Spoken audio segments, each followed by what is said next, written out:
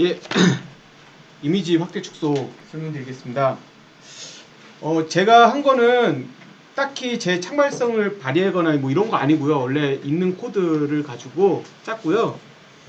코드를 간단하게 설명드리는 정도로 좀 진행을 해볼까 합니다. 먼저 처음에 나오는 비법이 최금방 이웃 보관법이라고 하잖아요. 그래서 그거 하기 전에 여기서는 이제 간단하게 RGB 만들어간 샘플을 이렇게 만들어서 했는데 저는 좀 더 이미지다운 걸 좀 만들고 싶더라고요. 그래서 그 펄링 노이즈라고 해가지고 이쪽에 좀 알고리즘 같은 건데 요런 이미지를 만들 수가 있어요. 그런 거를 그거는 설명을 안 드릴 거지만은 그거를 이용해가지고 제가 뭘 만들었냐면은 이미지 소스 크레이트라는 함수를 만들었습니다. 얘는 펄링 노이즈를 이용해 가지고 이런 이미지를 만들 건데 그 m by 뭐 m 짜리인데 내부에 이제 RGB A까지 있는 이렇게 하나하나씩 요소를 갖고 있는 그런 어레이를 만들어 가지고 이제 마지막에 이제 반환하는 거예요. 이제 간단하게 해서 보여드리자면은 이제 얘 구조를 보니까 이제 이렇게 돼 있잖아요. 그러면 이제 처음에 이게 즉시 실행 함수를 해가지고 얘부터 먼저 실행이 되죠. 시드를 그냥 아무거나 줬어요.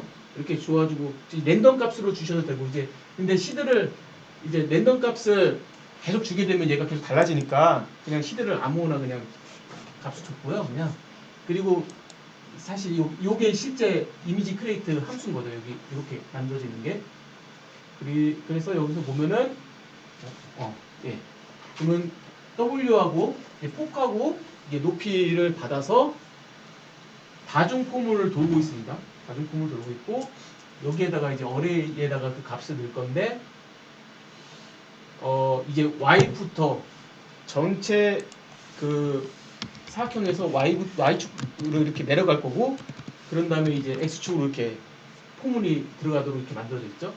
그래서 보면은 여기 Y축에서는 이제 Y 돌 때마다 하나하나의 행식 만들려고 지금 요 코드가 있는 것이고 그리고 두 번째로 요 안에서 그 펄링 노이즈에 요런 함수가 있어요. 요런 함수를 이용해 가지고 뭐 이건 크게 중요하지 않습니다. 이런 식은 중요하지 않는데 그냥 0에서 255 값을 만들려고 한 거고요. 그래서 컬러를 이제 가져와서 지금 이쪽이 R, G, B 알파인데 알지 알파인데 이제 요것만 좀 다르죠.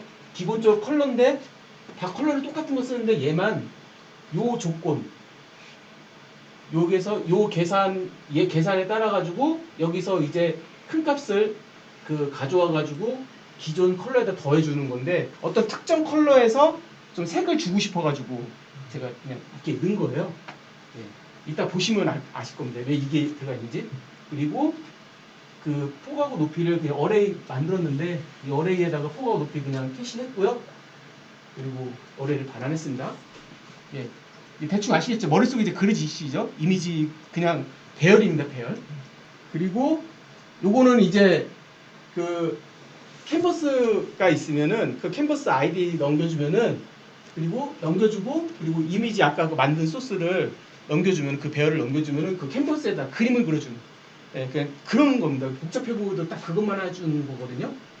그래서 그 캔버스 아이디로 도큐먼트에 캔버스 얻어오고 난 다음에 캔버스의 폭과 높이를 결정해주고 이미지 크기만큼 그리고 컨텍스트 얻어오죠. 2D로 컨텍스트 얻어와서 그 컨텍스트에서 이미지 데이터를 이제 얻어오죠. 그 폭만큼, 그 크기만큼 얻어오고 난 다음에 데이터 얻어와서 그 데이터에다가 폼은 이제 x, y 축만큼 크기만큼 돌면서 지금 요 데이터는 우리는 이제 2x2 그 정리문체 이게 행렬이지만은 이 데이터는 이제 일자형으로 넣어야 되거든요. RGBA, RGBA, RGBA 이렇게 데이터를 넣어야 돼요. 그래서 지금 그 위치를 계산하기 위해서 이렇게 X, Y 그리고 폭, 폭을 곱해가지고 곱하기 4씩 4개씩 전진을 해야 되니까. 그리고 나서 이미지 소스에서 Y와 X 그 위치에 있는 컬러를 얻어온 다음에 해당 그 데이터에다가 R, G, B, A를 컬러 값을 그냥 넣어주고 있죠, 그냥 쭉. 예. 그리고 난 다음에 이제 배경 그 컨텍스트의 배경색은 검은색으로 하고, 그리고 이 검은색으로 까맣게 칠하고 난 다음에 여기에다가 아까 그 이미지를 거기다가 툭 해가지고 그 그림을 딱 그릴 수 있게끔 그렇게 되어 있는 데서 두 개의 함수를 만들었어요. 예. 크리에이트 이미지 크리에이트 하는 거랑 그리고 렌더링 해주는 거, 두 가지 함수를 만들었습니다. 간단한 함수죠. 자, 그거 보기 전에 이것만 보면 너무 힘드시니까. 그래서 첫 번째 구현된 게 이제 요거고, 이제 두 번째, 세 번째 하나는 아까 그 가장 가까운 점에서 그 예제고, 바이리니어, 바이큐빅인데, 그냥 요것만 아까 말씀드렸다시피 요 부분이 이제 그 소스를 얻어서 그냥 렌더를 했을 때 이 캔버스가 여기 그려진 거고요. 얘는 보면은 내가 확대 축소한 결과를 여기다가 렌더링 한 거예요. 그래서 요 버튼을 누르게 되면은 예, 확대 축소를 해서 이제 그 똑같이 아까 렌더 함수로에다가 이렇게 만들어준 거예요. 보면은 얘는 좀 약간 계단 현상이 있죠. 계단 현상이 있습니다. 예, 다른 거를 좀 보면은 축소해요.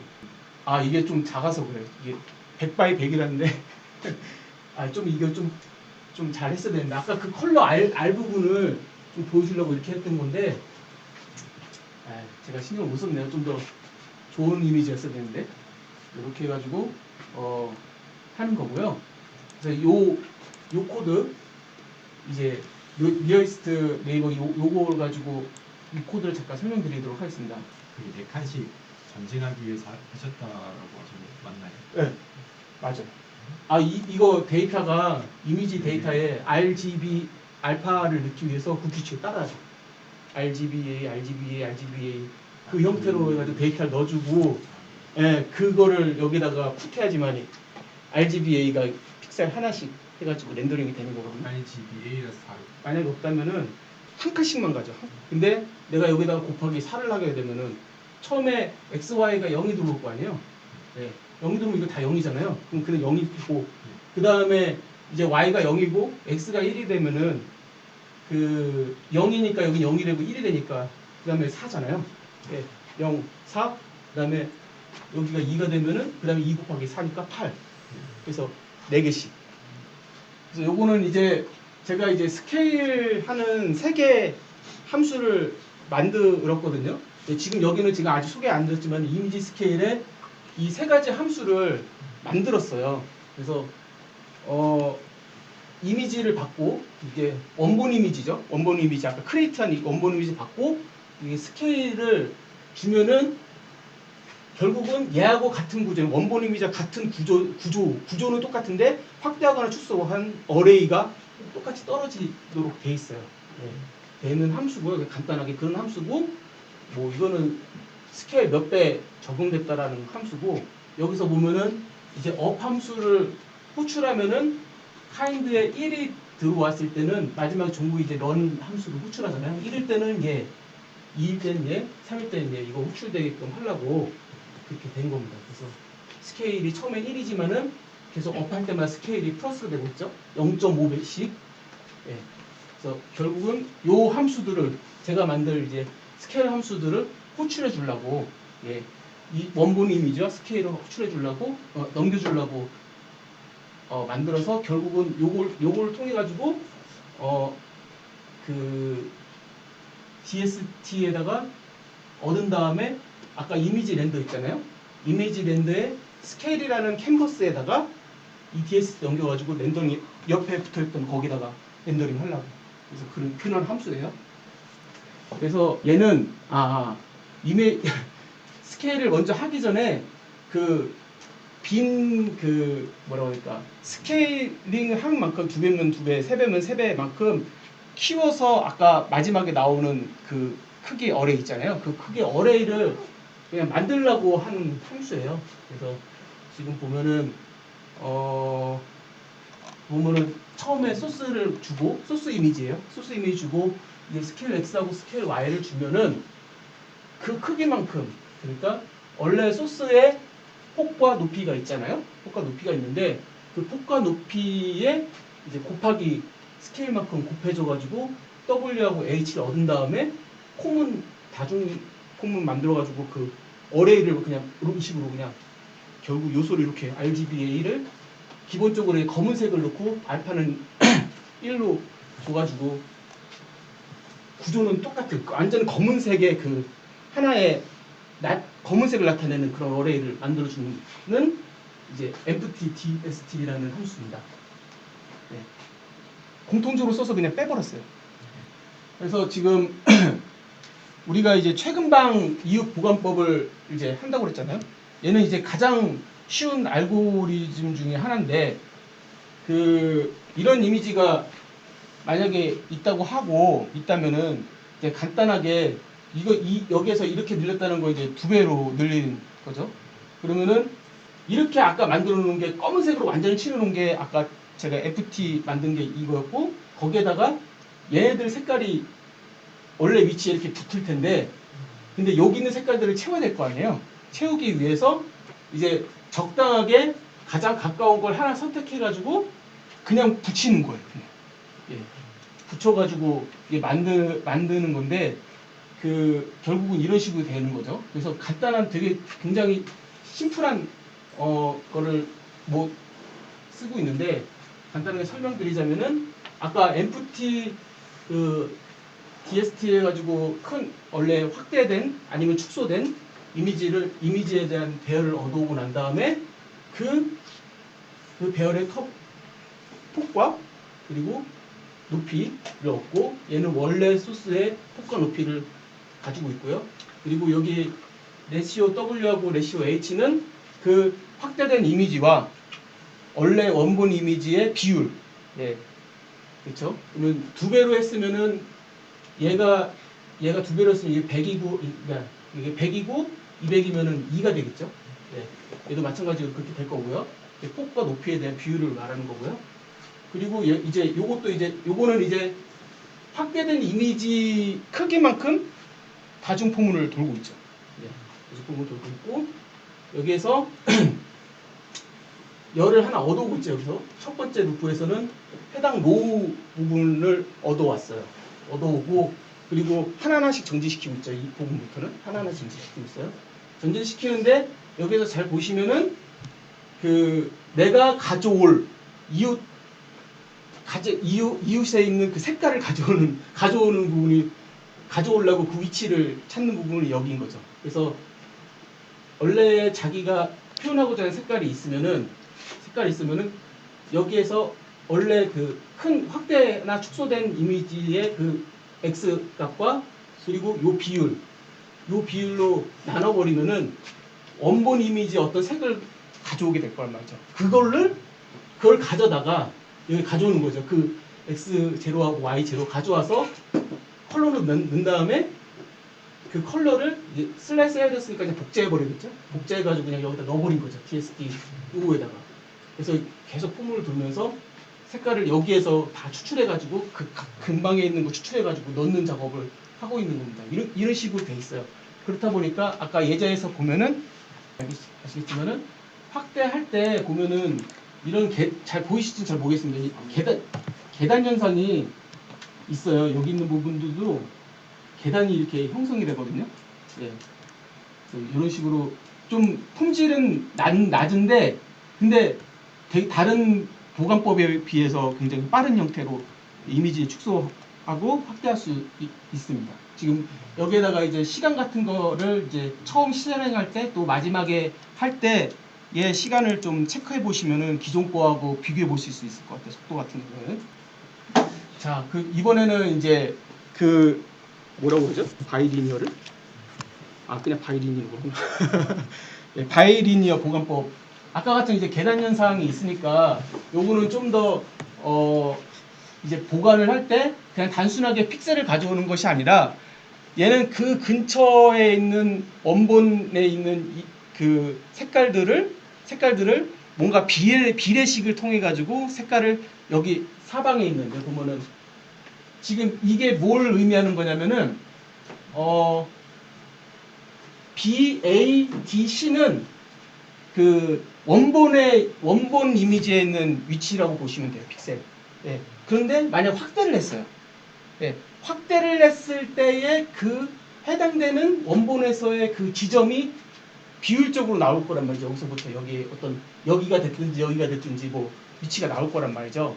그러면 거기에서 봤을 때에 그 점에서 봤을 때에 이 색깔과 이 색깔이 이 거리들 있잖아요. 거리에 따라서 리니어하게, 그러니까 선형적으로 가중치를 줘가지고 해당 위치의 색깔을 주는 거예요. 예. 그래서 요거 지금 이거는 이제 2차원으로 표현한 거지만은 한 축만 딱 떼가지고 보면은 내가 이 위치에 있다면 지금 얘가 지금 똑같이 돼 있는데 사실 이 점이 뭐 여기일 수도 있고 여기 있을 수도 있을 거란 말이죠. 그죠? 그러면은 어떻게 계산이 되냐면은 요 색은 이거하고, 그러면 만약에 점이 여기에 있다고 한다면은 가중치가 색이 얘한테 가중치가 더 가야 되는 거잖아요. 그러면 곱해줄 때 어떻게 곱해주냐면은 거리가 D1하고 D2가 있을 때 얘하고 이 D2하고 곱하면 가중치가 더 높아지겠죠. 예. 그리고 얘하고 얘를 곱하면은 얘가 좀 멀리 있는 거니까 가중치가 낮아지겠죠. 그래서 색깔을 더해가지고 그런 식으로 하는 건데 이거를 그냥 2차원적으로 그냥 표현했다고 보시면 됩니다. 그래서 알고리즘도 사실 그렇게 어렵지 않아요. 그것만 따라가시면 아까 이제 그 처음에 보였던 기본적인 구조에서 그 부분만 이제 리니어하게 평균내 가지고 해당 색깔을 집어넣어 준다는 정도만 이해하시면은 이것도 쉽게 이해가 될 것 같아요. 그래서 나머지 알고리즘은 비슷해요. 지금 보시면은 근데 이제 여기에서 한 가지 문제가 있는 게 뭐냐면은 그 보면은 이제 경계 조건들이 있어요. 경계 조건들이 맨 마지막 이미지에서 이제 가생이 있잖아요. 예, 가장자리에 있는 경우에는 사실 이쪽으로 좌표가 없고 이쪽 끝에 있으면 이쪽 좌표가 없고 이쪽 끝에 이쪽 좌표가 없잖아요. 그래서 그런 부분에 대해서만 약간 주의해가지고 만들어진 코드라고 보시면 되는데 지금 여기에서 보면은 그거를 이제 설명해주고 있습니다. 그래서 처음에 여기 부분까지 다 똑같죠. 비율을 얻어오는 것까지 다 똑같아요. 얻어오는데 여기서 이제 x0, y0도 해당 이 위치를 얻어오는 거니 x0, xy 이런 위치를 얻어오는 거고 여기에서 지금 해당 여기 위치를 잡았으면은 그 다음 거는 1만 플러스 하면 되잖아요. x축으로 y축으로 1만 플러스 하면 되는데 그 경계 조건에서 만약에 해당 소스의 원본 소스의 폭보다 커버리면은 안 되잖아요. 그래서 그 중에 하나 작은 것만 취해가지고 가져올 수 있게끔 했어요. 그래서 여기가 이제 경계 조건 때문에 이렇게 SMIN을 사용했다고 보시면 됩니다. 뭐 이거를 처리하는 방법은 되게 여러 가지가 있을 거예요. 근데 다만 코드는 이렇게 만들었다는 거예요. 이 코드에 예제에서는요. 그리고 나서 이 위치 A, B, C, D 위치를 얻어왔으니까 그 위치에 원본 소스의 색깔을 이렇게 얻어온 거예요. 이 점 하나, 둘, 셋, 네 개의 점을 색깔을 얻어왔죠. 그렇죠? 네.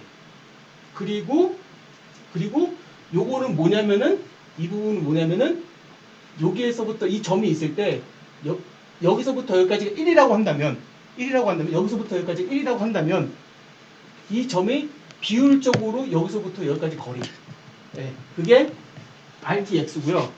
그리고 여기서부터 여기까지 거리가 바로 RTY가 되는 겁니다. 그런 식으로 계산이 되는 거예요. 그리고 이제 나중에 지금 저는 이제 포문을 세 번 두고 있는데 세 번은 뭐냐면은 RGB 색깔만 가져오려고.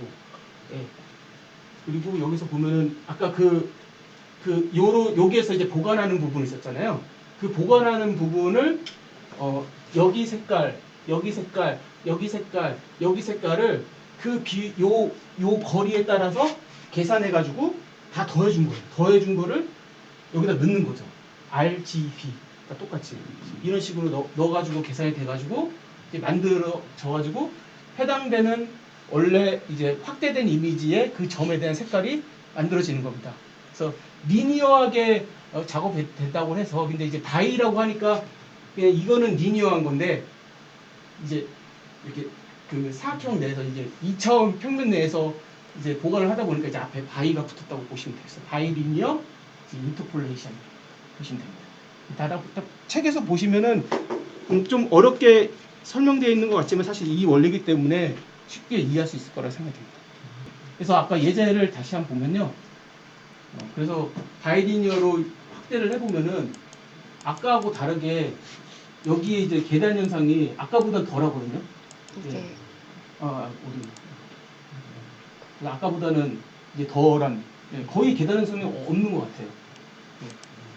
근데 좀 예제가 좀 이미지가 좀 잘못된 것 같은데 좀 더 복잡하고 좀 폴리노이즈가 좀 더 이렇게 나와 있는 거라면 좀 더 확실하게 비교가 될 것 같은데 없습니다.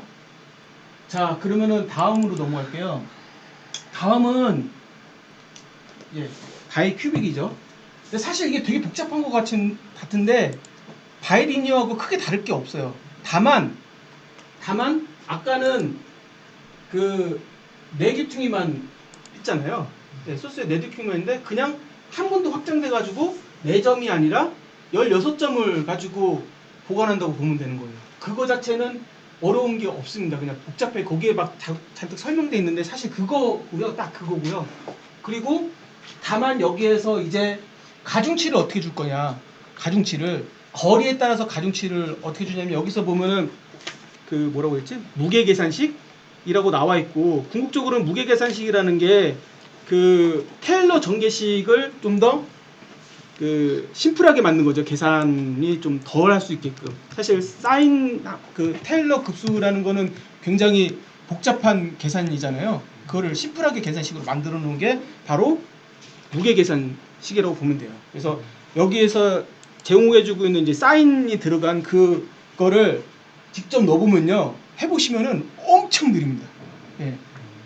지금 예제는 돌릴 수도 없고요. 자바스크립트로는 돌릴 수도 없고 굉장히 느리고요. 대신에 이제 무게 계산식으로 하면은 좀 빠른 편인 것 같아요. 예. 그래서 여기서 간단하게 요거 보면은 이게 뭘 의미하는 거냐면은 이제 아까 말씀드렸던 이제 그 테일러 테일러 전개식 그 건데 지금 보면은 여기서부터 여기까지가 거리가 1인데 이제 거리가 이제 2까지 가게 된 거죠. 거리가 2까지 가게 된 건데 가중치를 줄 때에 내가 0에서 1까지 갔을 때는 여기 가중치를 주게 될 거예요. 그 거리가 나오면은 그리고 1에서 2가 되면은 이런 가중치를 주게 됩니다. 그게 그 아까 무게 계산식이라든가 아니면 테일러 급수 그거를 실제로 그래프를 그려보면 딱 이렇게 나와요. 그래서 이런 식으로 이제 요거를 이제 그래프를 어떻게 기울게 할 거냐에 따라서 또 이미지가 이쁘게 나오고 그런 게 있을 수 있는데 어떤 파라미터를 주냐에 따라 있는데 이제 통상적으로 이제 예쁘게 나오는 곡선이 요 정도인 것 같아요.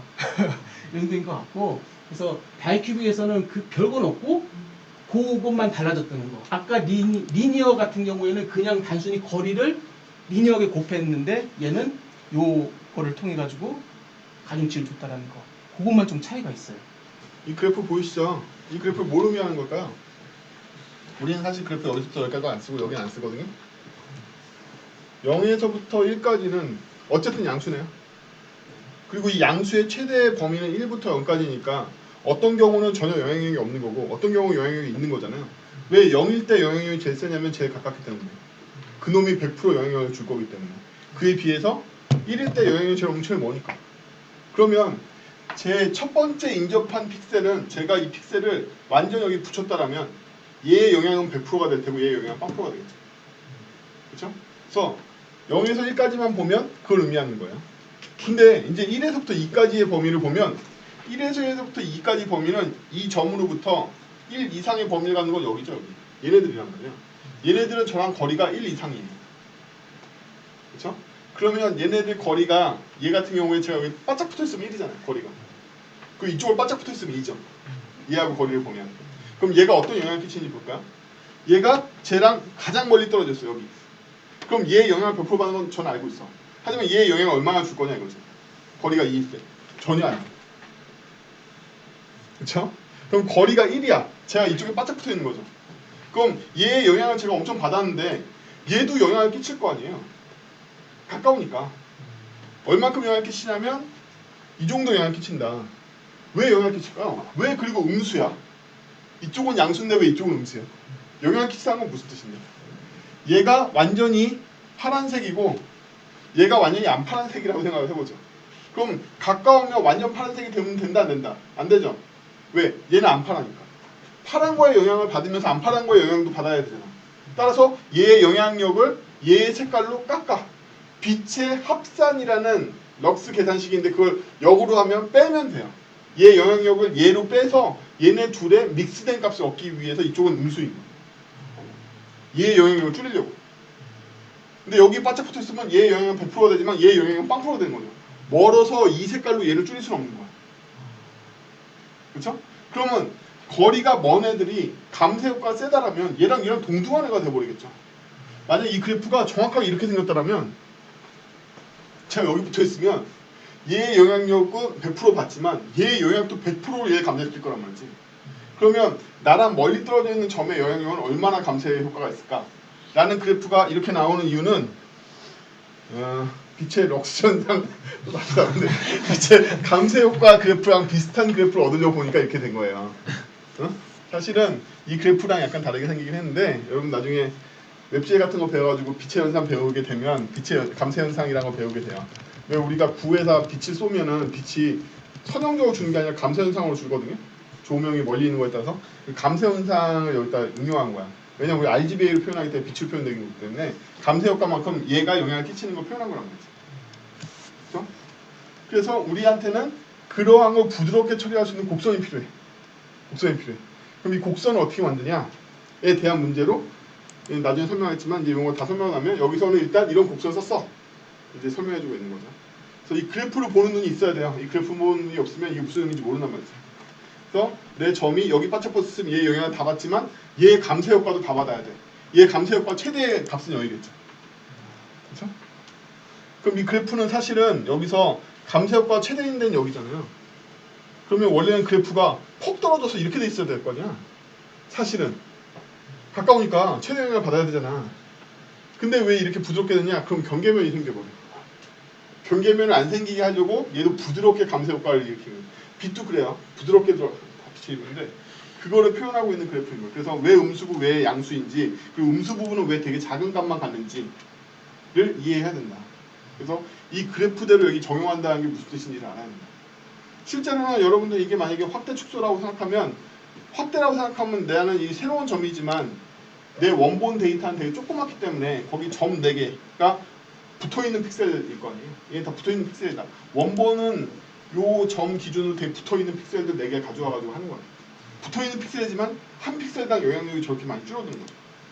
그래서 얘는 거의 아니 당연한 거지. 이 점은 당연히 이 점으로 거의 결정되는 게 맞긴 하지만 그 한 바퀴 더 바꿔는 점이 감쇄 효과를 일으키는 것 뿐입니다. 아까는 그냥 이 근처에 있는 점들의 합산으로만 계산했고 그 전에는 몰라 그 중에 하나 찍어 이렇게 결정했잖아요. 그렇죠? 그래서 평균값을 이렇게 내는 것들은 아까랑 똑같아. 용어가 말한 대로. 그리고 아까 선형보관 함수는 직선으로 나오거든요. 선형보관이니까 비례식이라서. 근데 얘는 곡선으로 떨어졌으니까 이미 여기를 반영하는 것만 해도 얘가 더 부드럽게 반영해요. 이거 반영식을 보죠. 가까울수록 위에가 볼록하죠. 그리고 더 빨리 가파르게 떨어지죠. 이 그래프는 뭘 의미해요? 제가 여기 바짝 붙어있어도 영향력은 1이지만 여기 약간 떨어졌어도 거의 영향력은 1일 거예요. 하지만 일로 갈수록 급격하게 영향을 준다는 얘기죠. 그래서 근처에 있으면 굉장히 영향을 많이 받고 뒤로 갈수록 급격하게 영향력이 쇠락한다는 얘기죠. 그렇죠? 그래서 아까 선형보다 선형은 어떻게 됐죠? 천천히 감쇄, 동일한 비율로. 내가 이게 파란색이면 여기서 멀어지는 게 파란색이 영향이 천천히 감쇄하는 데 비해서 얘는 이 근처에서 굉장히 영향을 받다가 좀만 떨어지기 시작하면 확 하고 떨어진단 말이야. 빛의 이론에 따라서 빛의 이론에 따라서 그 감쇄 효과가 이제 이게 발전되는 거죠. 네. 그런 식으로 작동한단 말이죠. 그렇죠? 그래서 그러면 당연히 감쇄 효과는 이 그래프의 역전으로 생겨야겠네. 그래서 되는 거야. 알고 보면 이쪽이 볼록했을까 이번엔 가까운 쪽이 볼록했. 수식 볼 줄 알아야 돼. 그래프라도. 이해하셨죠? 그래서 사실 그전 거하고 크게 차이가 없어요. 사실 코드만 좀 길어졌을 뿐이에요. 이거 적용하는 거 보면요. 보면은 아까 그 그래프 있잖아요. 예, 그 그래프에 대한 가중치를 주는 부분이 바로 이 부분입니다. 이 부분. 그래서 해당 위치가 거리가 이제 여기에는 D는 이제 0에서 2가 들어올 거란 말이죠. 그죠?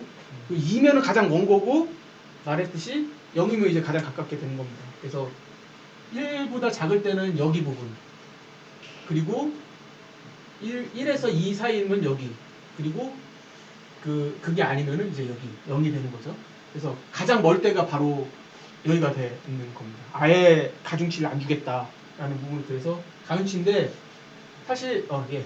그래서 나머지는 비슷한데 이 부분이 좀 다르다고 보시면 돼요. 가중치를 주는 거. 아까 리니어하니까 그냥 곱했으니까 상관없는 거고 얘는 가중치를 준 것 때문에 이렇게 만들었고 사실 여기 부분이 여기에 책에서 나와 있지만 이거는 이제 가중치를 이제 간단하게 적은 거고 정말 스무스하게 만들고 싶으시면은 이게 아니라 아까 테일러 급수를 써야 되는 거죠. 사인 함수로. 예. 그래서 속도 때문에 이렇게 쓰는 거라고 보시면 돼요. 복잡하게 설명되어 있지만은 그거 다 그런 겁니다. 예, 위치 점 찾는 부분이고 아까 경계 면적권 관련된 부분 때문에 다 이런 식으로 되어 있는 거라고 보시면 돼요. 예, 다음. 그래서 크게 설명은 안 드릴게요. 그래서 아까 홈은 도는 거 다 똑같고요. 홈은 도는 거 다 똑같은데 아까 가중치를 준다고 그랬잖아요. 웨이트. 예. 예제에서는 좀 비효율적으로 되어 있는데 그 웨이트 요 계산하는 부분이 여기 계산이 똑같거든요. 얘가 계속 다 똑같이 함수로 호출해주고 있더라고요. 그래서 이 부분은 그냥 뺀 거예요. 원래 그 책에 있는 코드가 똑같은데 그거는 너무 비효율적이라서 그거 이렇게 뺀 거고 그래서 그 계산에 따라서 가중치를 줘가지고 더해주는 형태로 가지고 색깔을 만들어가지고 최종적으로 여기에서 색깔을 그냥 여기서 계산된 색깔을 그냥 넣어주는 거죠. 네. 그래서 크게 어렵지 않거든요. 앞에 걸 이해했으면 뒤에 거도 어렵지 않고 그 다음 거 잠깐 볼게요. 사실 제 예제에서는 아직 적용을 못했는데 왜 어디서 보관하는지 잘 모르겠지만은 아까 가중치를 준다라는 거를 매번 계산하고 있잖아요. 함수로 호출할 때마다 계산하고 있다는 거죠. 근데 약간 팁이긴 한데 연산은 그 메모리로 정가시키면은 훨씬 더 빨라지거든요. 룩업 테이블 같은 거 쭉 만들어 가지고 하시면은 훨씬 빠르잖아요. 그래서 룩업 테이블을 아까 그 연산하는 부분 있잖아요. 그러면은 0부터 2까지 쭉 돌려가지고 부위를 계산하고 난 다음에 어레에다가 확 넣어버린 거예요.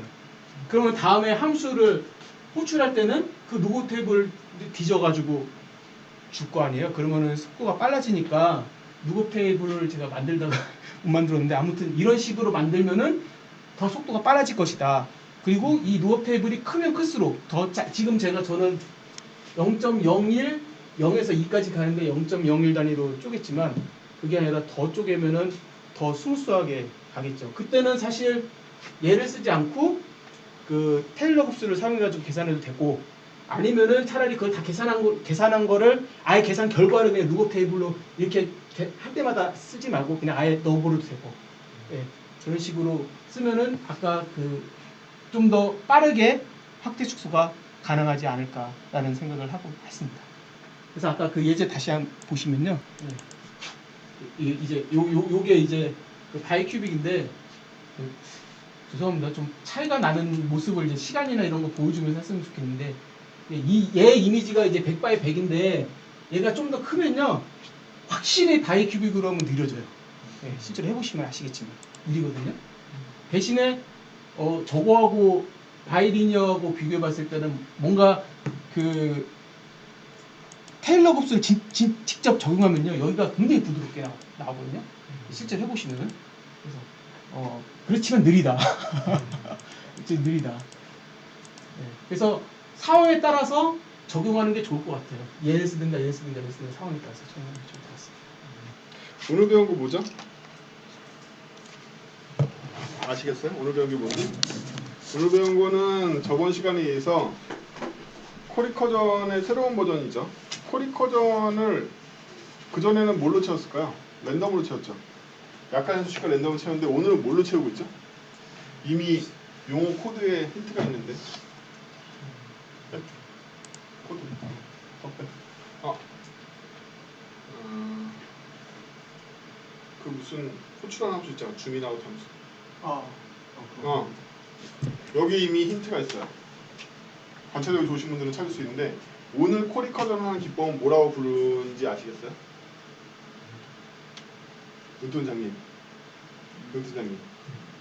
몰라. 여기 뭐라고 써있냐면 인터폴레이션이라고 써있습니다. 그쵸? 한국말로 보관이라고 부릅니다. 오늘 배우게 되는 코리커전 기법은 보관이에요. 보관이라는 건 수학적인 함수를 통해서 빈 공간을 채우겠다는 뜻이에요. 그렇죠? 처음 얘기한 대로 이미지, 작은 이미지를 큰 걸로 확대할 때 사이사이에 비어있는 픽셀은 없어요. 실존하지 않는다. 그럼 어떻게 채울 것이냐? 랜덤으로 채울 거야? 미로처럼? 아니야. 아니라면 어떻게 채울까? 가장 먼저 떠오르는 게 바로 수학적으로 채우는 함수를 떠올릴 수 있다. 우리는 수학적으로 채우는 것들을 다 인터폴레이션이라고 부릅니다. 보관이라고 합니다. 한국말 가르쳐드릴게요. 니어리스트까지 보면 제일 가깝다는 얘기잖아요. 최근방이라는 말은 무슨 근방에서 찾나? 최근접이라고 보통 번역합니다. 최근접 네이버후드 이웃이잖아요. 최근접 이웃법이라는 거예요. 그래서 가장 가까운 이웃을 찾아 걔를 내려오면 되지. 그리고 뭐 우리 따지면 네이버후드이 아니라 픽셀이죠. 예. 니어리스트 픽셀법이라고도 해요. 가장 가까운 픽셀 찾아가지고 하자. 내가 비율을 계산해 보건데 제일 가까운 애는 걔야. 걔 찾아. 그리고 여기는 바이가 둘이라는 뜻이에요. 바이스클 두 개의 리니어라는 거잖아요.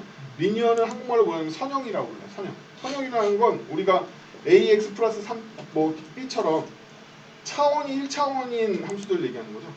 차수가 1차원인 함수들을 선형이라고 그래요. 선형보관법은 특징이 뭐다? 선형적으로 이 기울기는 다를 수 있어도 선형적으로 보관되는 애들 말이에요. 그럼 얘는 정확하게 비율이 똑같아. 선형이란 건 비율이기 때문에 비율이 똑같은 애들 말이야. 그래서 이거는 바이는 한국말로 쌍이라고 표현합니다. 쌍놈 같은 그 쌍. 쌍 선형 보관법이라고 합니다. 이거는 큐빅은 3차원을 뜻해요. 원래 큐빅 자체가 3차원을 뜻해. 그러면 우리는 이거를 여러분들 이 정육면체를 어려운 말로 뭐라고 하는지 아세요? 입방체라고 합니다. 입방체. 입방이 3차원이라는 뜻이에요. 그래서 쌍입방 보관법이라고 합니다. 포토샵 해보시면 이미지 확대 추도 알고리즘을 고를 수 있는데 거기에 한글판 포토샵을 써보시면 이 거지 같은 말이 써있죠. 쌍입방. 이게 무슨 말일까? 쌍입방. 쌍선형 보관법은 일반적으로 바이를 뺍니다. 왜냐하면 선형 보관법은 원래 비례식이기 때문에 축이 두 개밖에 성립하지 않아. A에서 B를 선형으로 보관하기 때문에. 그래서 바이가 없어도 보관법이 리니어. 리니어는 일반적으로 그냥 선형 보관법이라고 부릅니다. 쌍 안 붙이고. 하지만 바이 큐빅 같은 경우 큐빅은 그럼 바이 말고도 여러 개가 있겠네요? 미친. 그쵸? 그렇게 생각하지 않으세요? 트리플 큐빅도 있을 테고 쿼드 큐빅도 있을 테고 계속 점을 아니 왜 점을 16개만 써? 더 써도 되잖아. 더 써도 되고 미친 척하고. 그쵸? 그런 식으로 만들 수 있기 때문에 현재 브라우저에 내장되어 있는 캔버스의 기본 확대 정책, 여러분들이 캔버스에다 이미지를 카피할 때 데스티니하고 SRC에 크게 다르게 한번 적용하고 있는 거는 이거예요. 그래서 지금 W3에서 논의 중인 게 이거 쓰고 싶다. 이미지 그지 같다. 많이 논의 중이고, 웹GL은 기본적으로 바이리니어를 사용하는데 웹GL은 어차피 저희가 직접 알고리즘 짤 수 있기 때문에 이걸로 짜놓은 알고리즘도 많이 있고, 그런 식으로 여러분들 게임할 때 주로 사용하는 품질은 가서 고르실 수 있어요. 일반적인 게임들은 그래픽 품질을 고를 때 얘냐를 골라. 텍스처 품질을 뭘 할지를. 그렇죠? 그럼 게임에서는 어떻게 이렇게 무거운 로직을 쓰는 거지? GPU가 아니까. GPU가 아니까. 여러분들 이거 폼은 돌았다는 얘기인데 폼은 돌 때 픽셀 간의 관계가 있었어요? 앞에 픽셀 계산해 뒤에 픽셀 계산하나? 아니죠. 각각의 독립적으로 계산했잖아. 이건 GPU가 할 수 있는 거야. GPU한테 밀면 돼. 그렇다면 GPU는 이걸 할 수 있어요. 여러분 좋은 GPU 쓰면 더 좋은 알고리즘 쓰면 더 부드럽게 텍스처가 확대되겠죠. 그렇죠? 네. 오늘 배우는 건 보관법인 거죠. 보관법. 그러면 우리가 보관법을 쓸 때 보관법이 부드럽게 간다는 건 큰 착각이에요. 그리고 보관법이 이미지에 사용된다는 것도 큰 착각이다. 예를 들면 여기서 A서부터 K라는 글자 두 개를 줬어요. 제가 이거 선형 보관하고 싶어. 어떻게 보관하면 될까요? A의 아스키 코드를 읽고 B의 아스키 코드를 읽어서 이 사이를 똑같은 방식으로 보관하면 돼. 얘가 65고 얘가 87이면 66, 67, 68, 69 해서 85까지 오겠죠. 정확하게 개수만큼. 그쵸? 그럼 여기 글자가 쫙 채워질 거예요. 적당히. 맞죠? 따라서 이 보관이라는 건 픽셀에만 쓰는 게 아니에요. 자, 이제 여러분들은 이미지를 확대할 수 있게 됐죠. 따라서 뭘? mp3의 웨이브 정보를 읽어드려서 확대할 수 있게 됐다. 내가 음량을 높이기 위해서 어디를 참고해야 되는지 알게 됐고 얘를 어떻게 확대하는지 알게 됐다. 따라서 사운드 파일은 디지털 파일인데 디지털 파일의 보관 포인트를 찾아서 보관해서 올려주면 돼. 예전에 선형 보관을 안 하고 선형 보관하면 어떻게 되죠? 내가 음악이 헤르츠로 전환이 돼 있잖아요. 그러면 CD 음질이면 이게 4400 헤르츠로 돼 있잖아. 그 헤르츠만큼 데이터 값이 있다는 얘기예요. 그렇죠? 그러면 볼륨이 0인 건 0이고 센 거는 뭐 255라고 생각했을 때 그냥 볼륨을 이게 1초당 이만큼 들어있는 배열이라고 볼 수 있잖아요. 선형 보관에서는 그 시간에 있는 걸 그냥 높인 거죠. 비례식으로. 근데 우리가 쌍입반 보관에 있다는 짓을 하게 되면 여기 말고 옆에 있는 것들하고 합산해서 얘 볼륨 값을 계산합니다. 영향도 계산해서 또 바이큐브 계산하면 지금 이 시간을 기준으로 앞에 두 개, 뒤에 두 개 가져와서 계산하면 되잖아요. 또 음악을 느리게, 음악을 빠르게도 만들 수 있는 정확하게 이미지 확대 축소와 똑같은 일이에요. 왜? 어차피 데이터니까. 우리는 텍스트를 축소할 수 있게 됐네요. 미친, 그치? 한국말은 안 되겠지만 어쨌든 텍스트를 축소할 수 있게 됐잖아. 보관법으로. 왜? 보관법에 함수를 사용한다는 게 핵심이지 부드럽거나 어떤 모양을 그린다는 게 핵심은 아니에요. 그래서 대표적으로 깜빡깜빡 거리는 불을 어떻게 표현하면 될까요? 보관법으로. 보관함수가 0부터 0.25까지는 1, 0.25부터 0.5까지는 0, 0.5에서 0.75까지는 1, 0.75에서 1까지는 0이라는 보관함수를 적용하면 깜빡깜빡 될 거냐. 서명적이지 않단 말이야. 이게 깜빡깜빡이라는 보관함수를 만들어도 상관없다는 거예요. 그쵸? 그렇게 생각하니까 세상의 거의 모든 현상은 다 보관함수를 만들 수도 있겠네. 물리력이 통통 튀는 걸 보면 이때 높이를 1이라고 이때 높이를 0이라고 생각한다면 시간의 흐름에 따라서 그래프를 이렇게 만들어 준다라면 이 그래프를 적용해서 보관하는 이상 공은 이 모양대로 떨어지겠네. 즉 애니메이션에 적용할 수도 있는 거네요. 이 보관법이라는 거. 또 이 점과 이 점 사이에 부드러운 곡선을 그리고 싶어. 어떻게 그렸어? 보관법으로 만들어낸 거죠. 점도개밖에 안 되는데. 그렇죠? 그래서 우리가 보관에 많이 사용하는 기법은 일반적으로 조건분기를 사용하는 보관법. 그래서 여러분들 애니메이션 사용할 때도 순수 수학적으로 돌아가는 이징함수들이 있어요. 여러분들 CSS에서 트랜지션 주실 때 이징함수, 이징, 인아웃 같은 경우는 대부분 사인으로 보관을 합니다. 사인으로. 근데 그런 거 말고 저희가 바운드나 백바운드 같은 거 줄 때는 이품문으로 분리되어 있는 경우가 많단 말이에요. 여기서 여기까지는 어떤 함수 쓰고 얘도 분리되어 있죠. 0에서 1까지는 이 함수 쓰고 1에서 2까지는 이 함수 써. 이렇게 섹션을 분리해서 함수를 따로 적용할 수도 있잖아요. 보관함수의 이품문은 굉장히 자주 개입합니다. 그리고 어떤 선형함수에서는 그래 내가 여기까지는 봐줄게. 근데 그 다음부터는 지옥이야. 이렇게 만들 수도 있다는 거죠. 그러면 0부터 0.3까지는 1인데 0.4부터는 그냥 0이야. 뭐 아니면 도다. 그럼 보관함수를 만들어도 무관하다는 거예요. 여러분들이 만들 때는. 그럼 보관함수의 적용 범위, 인터폴레이션의 적용 범위는 모든 거겠죠. 모든 거. 이게 시각적으로 유리한 그래픽을 예로 들고 있을 뿐이지 사운드가 됐든 글씨가 됐든 데이터가 됐든 온도가 됐든 뭐가 됐든 여러분들의 매출 추이가 됐든 매출 예상이 됐든 아니면 재고관리 시스템의 재고 예상이 됐든 거의 모든 도메인의 모든 것들은 다 보관할 대상이 되는 거죠. 데이터는 점점이 들어오니까. 그러면 여러분들이 카카오 택시에 취업해서 지도 서비스를 만들어. 내비게이션이 나의 경로를 표시하고 있어. 어떻게 표시할까? 당연히 보관으로 만든다. 시간마다 수집한 GPS 데이터를 점점으로 수집했을 텐데 어떻게 라인으로 나오겠냐고. 그렇죠? 어떻게 라인으로 나오겠어? 보관 정보를 보관하겠지. 그럼 얘는 직선이나 곡선으로 보관할까요? 아니야. 점이 아무리 작아도 도로가 이렇게 생겼으면 이렇게 보관해야 돼. 도로 정보와 합쳐서 보관한다. 전혀 다른 보관이잖아. 데이터 기반의 보관인 거예요. 이렇게 생각하니까 세상의 모든 것들이 다 보관함수만 있으면 될 것 같은 느낌이죠. 실제로 그래요. 이게 코리커전을 많이 해본 사람 입장에서는 이 모든 데이터 처리가 전부 다 보관으로 보인다. 보관 함수에 제약이 없기 때문에 왜? if문을 포함하거나 데이터에 연동할 수 있기 때문에 모든 건 다 보관 함수로 처리할 수 있는 거야. 그럼 내가 처리하려는 문제가 보관법에 의한 코리커전이 되냐 안 되냐를 먼저 검토해 볼 필요가 있다. 대부분 됩니다. 안 되는 경우 거의 없어요. 이렇게 되면 좋은 점이 뭐죠? 그러한 케이스를 보관 함수의 교체로 모든 걸 해결할 수 있게 돼요. 여러분들은 용어가 만든 껍데기에 바이 큐빅의 알고리즘만 교체하는 걸로 계속 돌아가는 걸 보고 있죠. 바로 그냥 알고리즘만 교체하면 되잖아요. 런타임에 전략 객체로 이게 들어온다고 생각하면 새로운 보관법만 넣으면 우리는 새로운 확대 축소 기법을 쓸 수 있게 되는 거죠.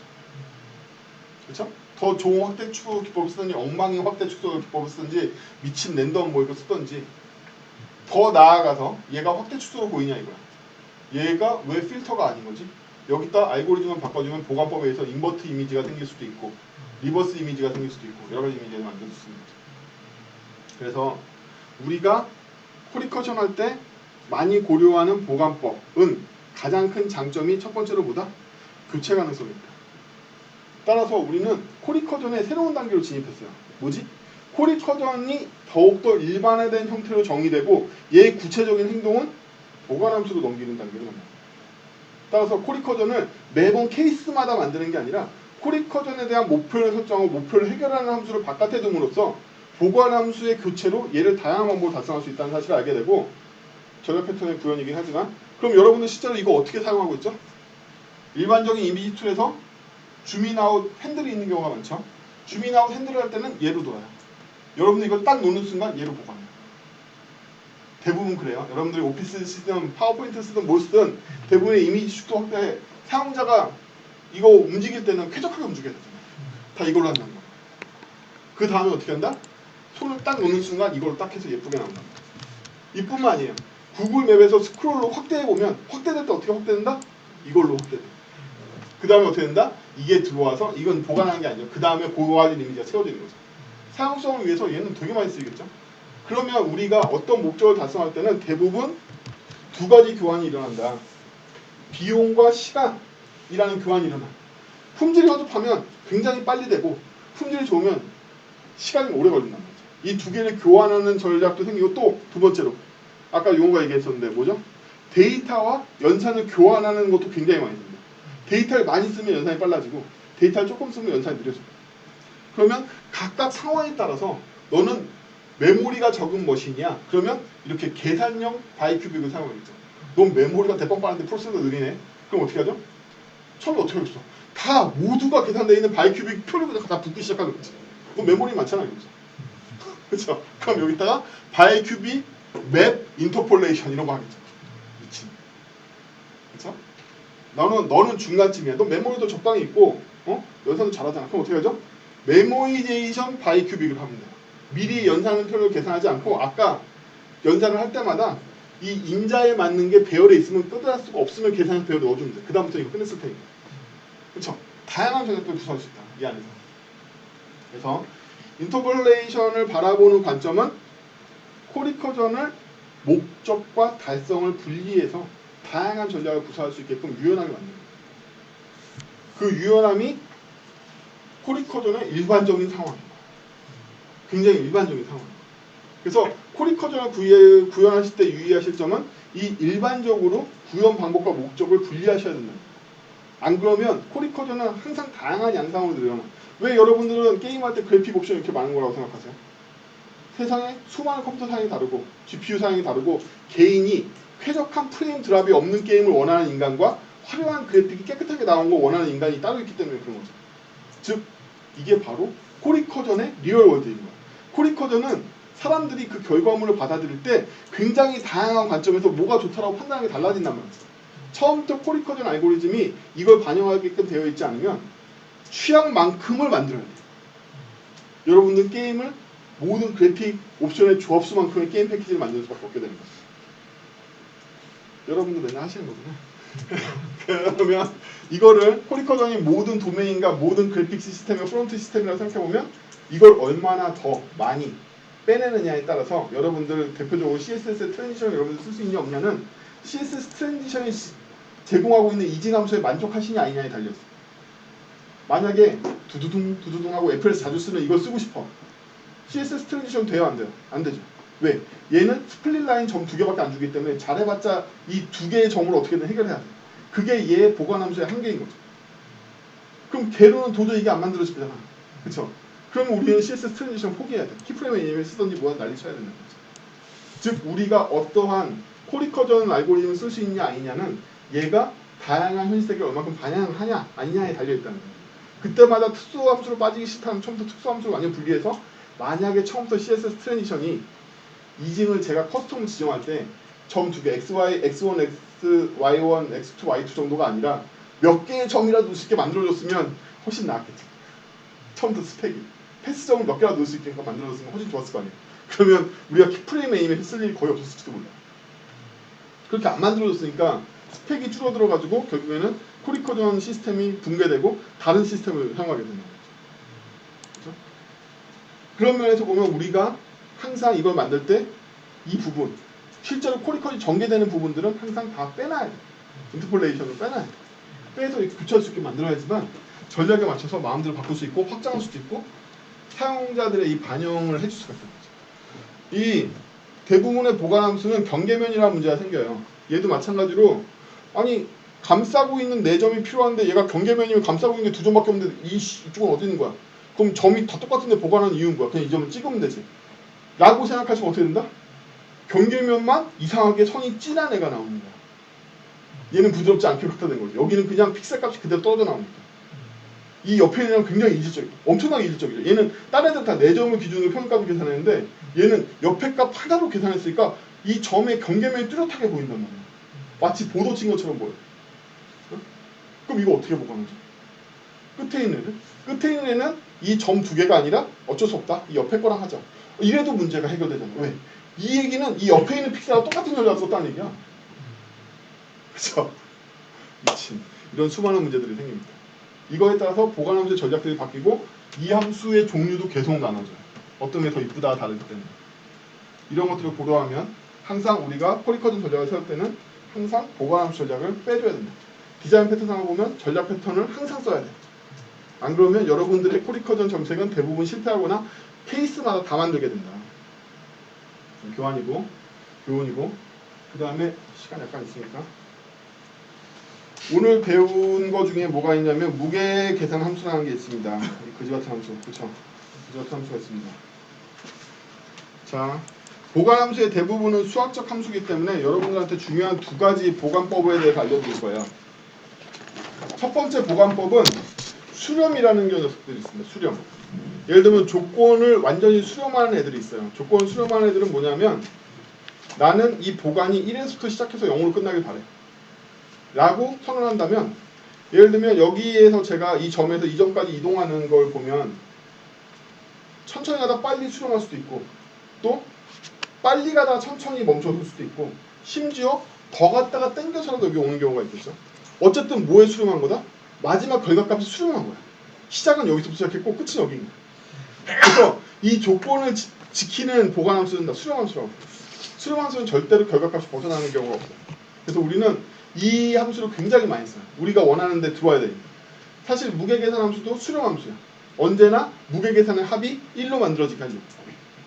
저 복잡한 수식의 결과는 1이야. 어쨌든 더하면 1이야. 그러면 얘는 총합 1이 넘어가지 않기 때문에 뭐가 일어난다? RGBA의 영향력 계산이 하나의 RGB 값인 256을 넘어가지 않게 돼. 무슨 짓을 해도 256이 안 넘어가. 플러스 마이너스 합산해서 1이 나오기 때문에 이 점의 영향력, 저 점의 영향력 아무튼 계산하면 합산했을 때 256이 넘어가지 않는다는 거야. 어떤 256에 70% 깎았고 어떤 256에 70% 가져왔고 어떤 256에 30% 깎았고 어떤 256에 30% 가져왔기 때문에 합산하면 정확하게 256이 나온다는 거지. 이게 수렴함수들이에요. 수렴함수들을 사용하는 보관함수가 대부분이에요. 왜냐하면 우리는 뭘 하기 위해서였다? 목표를 정하고 목표는 이미 확정인 거야. 목표를 달성한 함수를 원했기 때문에 수렴함수를 쓴 경우가 대부분이에요. 그렇죠? 비수렴 함수들은 발산하는 함수들이에요. 얘네들도 쓰는 경우가 있냐고? 있어. 왜냐하면 저희의 목표 처음이 여기서부터 각도를 정하고 쏠래만 있지 포트리스에서 쏘고 나면 쏘아서 물리력으로 계속 가서 발산하잖아. 즉 이 이후의 값은 적분에 의한 갭산 값이지 내가 원하는 값이 떨어진다고 볼 수 없어. 내가 조정할 수 있는 건 초기 값밖에 없는 거죠. 얘는 발산하지만 이게 무의미하지 않잖아. 포트리스 무의미하지 않잖아. 발산함수들이 있단 말이죠. 그렇죠? 그럼 발산함수들은 쏘고 나면 적분의 합으로 결과값을 예상할 수 있지만 실제로 그렇게 떨어지지 그렇게 떨어지지 않아요. 특히나 컴퓨터는 프레임 연산이 적분처럼 극한이 아니라 분리된단 말이야. 이때마다 오차가 쌓여서 마지막 결과값이 그냥 일치하지 않는 경우가 대부분이에요. 그럼 얘를 수학 얘기를 많이 하면 안 좋아하시겠지만 거꾸로 생각해 봅시다. 우리가 이거를 수렴함수를 만들려면 포탄을 조종해서 쏠 때부터 이 결과값을 알고 있다는 얘기죠. 근데 이건 물리력의 적분을 계산하는데 어떻게 알지? 적분을 편미분해서 얻을 수 있어. 이 편미분한 값을 얻어가지고 역함수를 만들 수가 있어. 그래서 자, 이거 여러분들이 시각적으로 이해하기 좋은 그래픽으로 설명한 거지 이게 데이터 분석이니 매출 분석이니 모든 게 다 쓰이는 거야. 아까 제가 사운드를 예를 들거나 이런 거 썼던 것처럼 이게 되는 사람이 굉장히 필요해.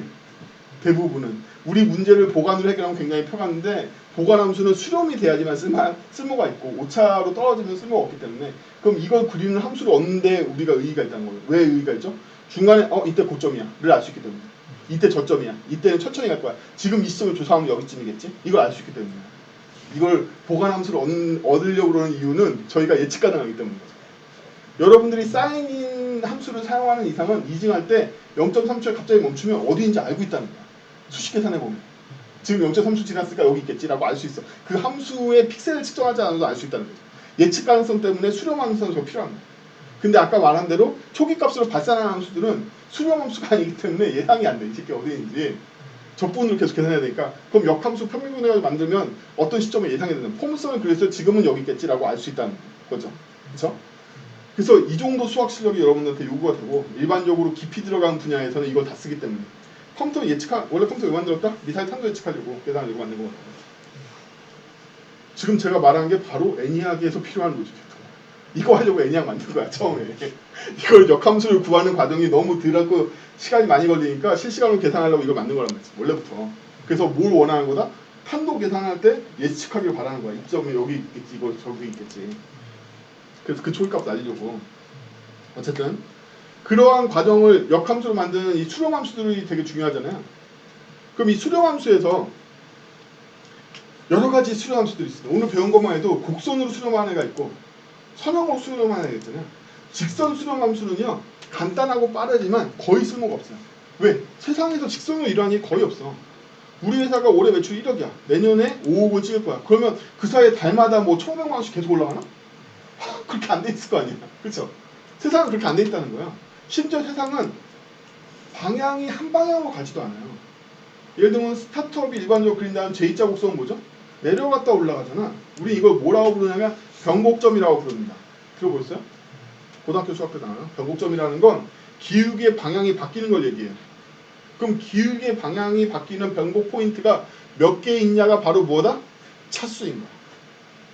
따라서 여러분들은 수학을 두려워하지 말고 내가 내려갔다 올라갔다 내려갈 것 같아. 3번 바뀌네? 3차 함수가 필요하구나 이렇게 생각하세요. 내가 만들려는 이 시뮬레이션 모델에서는 얘가 급하게 갔다가 다시 되돌아오는 거 연출하고 싶어. 갔다가 반대 방향으로 오네? 2차 함수가 필요 없다. 2차 함수가 필요하구나 이렇게 생각하면 된단 말이지. 그래서 얘가 지랄을 떨다가 수렴하고 싶어. 몇 번을 지랄 떨 건데 6번 6차 함수구나. 일단 함수의 차수로 파악할 수 있겠죠. 그러면 그 다음번에 어떻게 하면 돼요? 여러분들 1차 함수를 구하려면 A, B를 구해야 될 때 뭐가 필요할까요? 표본 집단이 뭐가 필요하죠? A, B 구하려면? 2개의 인자가 있기 때문에 값 2개가 있으면 돼요. 3,7, 6,5가 있으면 A, B를 구할 수 있습니다. 방정식에 의해서, 가우스-호흡법에 의해서. 그럼 2차 함수는요? AX 제곱 플러스 BX 플러스 C잖아. 3개잖아. 그러면 값 표본 집단이 3개 있으면 구할 수 있는 거예요. 그쵸? 응? 3개 있으면 구할 수 있잖아. 그럼 6차 함수 몇 개 있으면 구할 수 있는지 7차 함수 몇 개 있는지 다 구할 수 있겠네요. 기계적이네. 사실은 수학적이에요. 가우스 호흡법을 건 무조건 구해줘요. 그렇다는 얘기는 우리가 지랄을 떨고 싶으면 6차 함수 모델을 만들고 이거 계산 수식에다가 원하는 포인트만큼을 표본 집단 밀고서 그냥 계산기 시키면 그 수식이 떨어져 나온다는 거야. 매스메티카에서 돌리면 바로 나와요. 그 수학적 모델이라는 건 수식으로 푸는 게 아니야. 수식은 6차 함수인 것만 알면 돼. 6번 지랄하는 것만 안 되는 거.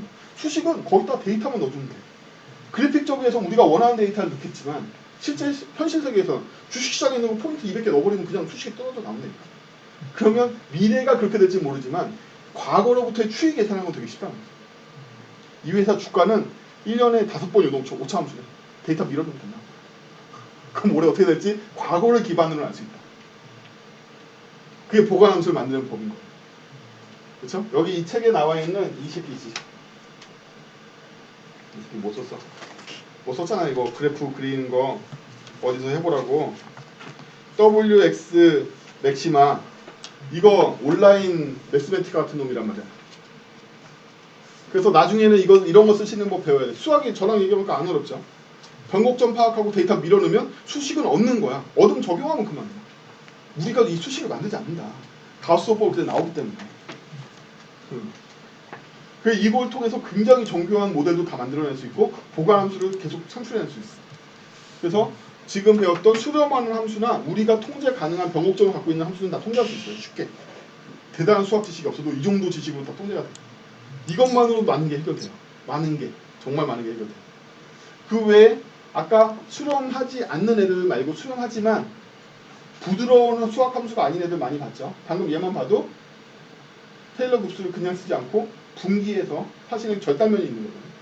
절단면이 있어요. 실제로. 저 함수로 하면 딱딱해 보이고 아까 우리 지휘사가 얘기한 것처럼 테일러 곱수가 부드러운 이유가 1을 경계면으로 쟤를 쓰면 여기 경계면에 부드럽지 않은 구간이 생겨요. 1의 끝값이 0이고 그럼 여기 1부터 시작하는 1 이상의 값도 0부터 시작해야 되잖아. 그렇지 않아. 제로 하면 약간 오차가 생긴단 말이지. 부드럽지 않아. 사인 함수 부드럽지.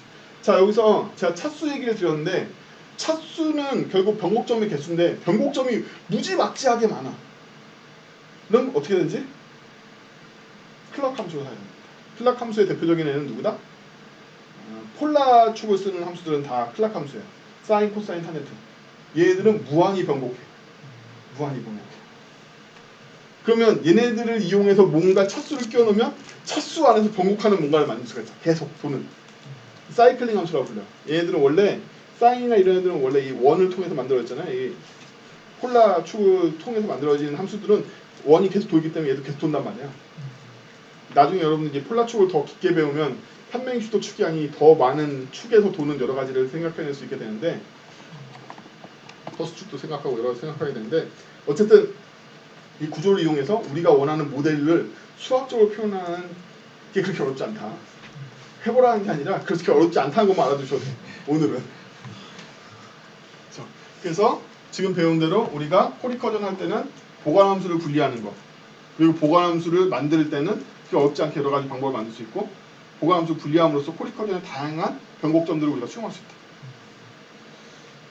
다음 시간에는 뭘 배우냐? 우리는 오늘 코리커전 기법 중에 하나인 보관 그리고 그전 시간에 랜덤을 배웠는데 이제는 코리커전이 목적을 갖고 있는 게 아니라 그냥 인터폴레이션을 하는 경우가 있어요. 이런 경우에는 만들어내야 돼. 만들어내야 돼. 그러면 어떻게 해서 뭘 만들어서 채우지? 오늘 용어가 어떻게 채웠죠?